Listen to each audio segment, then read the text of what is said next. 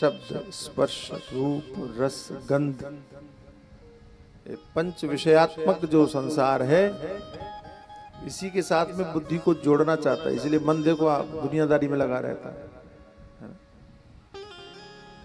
लेकिन जो शुद्ध बुद्धि है वो मन के चक्कर में पड़ती नहीं। अच्छा, आप लोग, हम लोग किसके चक्कर में पड़े हैं बोलो? समझ में आ रहा है कुछ? किसके चक्कर में पड़े हैं? मन के चक्कर में। किसके चक्कर में पड़े हैं बोलो? मन के चक्कर में, है ना? अगर कभी भी ध्यान दो तो आपको पता चलेगा अच्छे कामों में मन कभी नहीं लगता है? अच्छा, पूजा पाठ करना हो तो मन लगता है? जाओ जाओ महाराज, पधारो। स्वागतम वो महाभागा।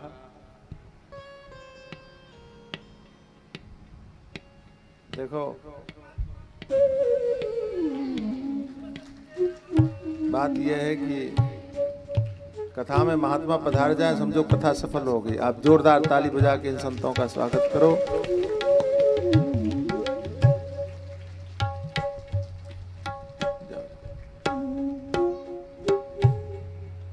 हमारे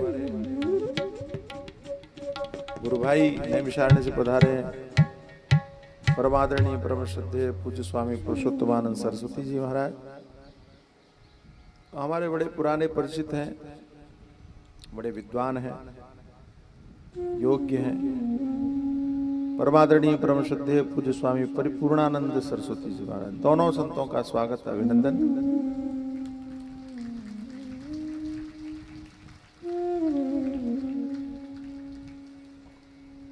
तो पूजा करते हो मन लगता है? नहीं लगता। ये मन को लगाने के लिए महात्मा आते हैं, यही काम करना है, इनका काम है। अच्छे काम में कभी मन नहीं लगता। इसलिए हमारे शास्त्र एक बात कहते हैं कि कभी भी मनमानी नहीं करनी चाहिए, बुद्धिमानी करनी चाहिए। बुद्धिमानी करोगे तो कभी फंसोगे नहीं, बुद्धि की बात मानोगे तो फंसोगे नहीं, मन की बात मानोगे तो कभी उबरोगे नहीं। क्योंकि मन रुक्मी का प्रतीक है और शुद्ध बुद्धि रुक्मिणी की प्रतीक है। बुद्धि सदैव परमात्मा की ओर जाना चाहेगी, शुद्ध बुद्धि है ना? तो जब बुद्धि देखती है कि मन हमको संसार में ले जाना चाहता है, तो ये बुद्धि क्या करती है पता है आपको? तब ये बुद्धि संतों के पास जाती है, गुरु जी के पास जाती है और कहते हैं महाराज, ये हमारा मन तो दुनियादारी में उलझाना चाहता है, लेकिन हम भगवान को चाहते हैं, क्या करें? तो गुरु जी कहते हैं चिंता मत करो, तुम्हारा संदेश लेकर के हम भगवान के पास जाएंगे।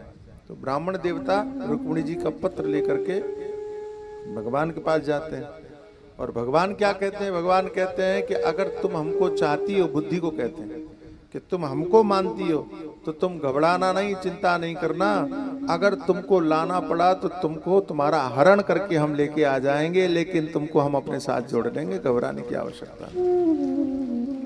अर्थात भगवान को पाने के लिए आपको कहीं जाने की आवश्यकता नहीं है, स्वयं भगवान आपके पास आपको लेकर के चले जाएंगे, लेने के लिए आ जाएंगे, यदि आप में इतनी पात्रता, योग्यता रुक्मिणी की तरह हो। ये रुक्मिणी विवाह की कथा का तात्पर्य है।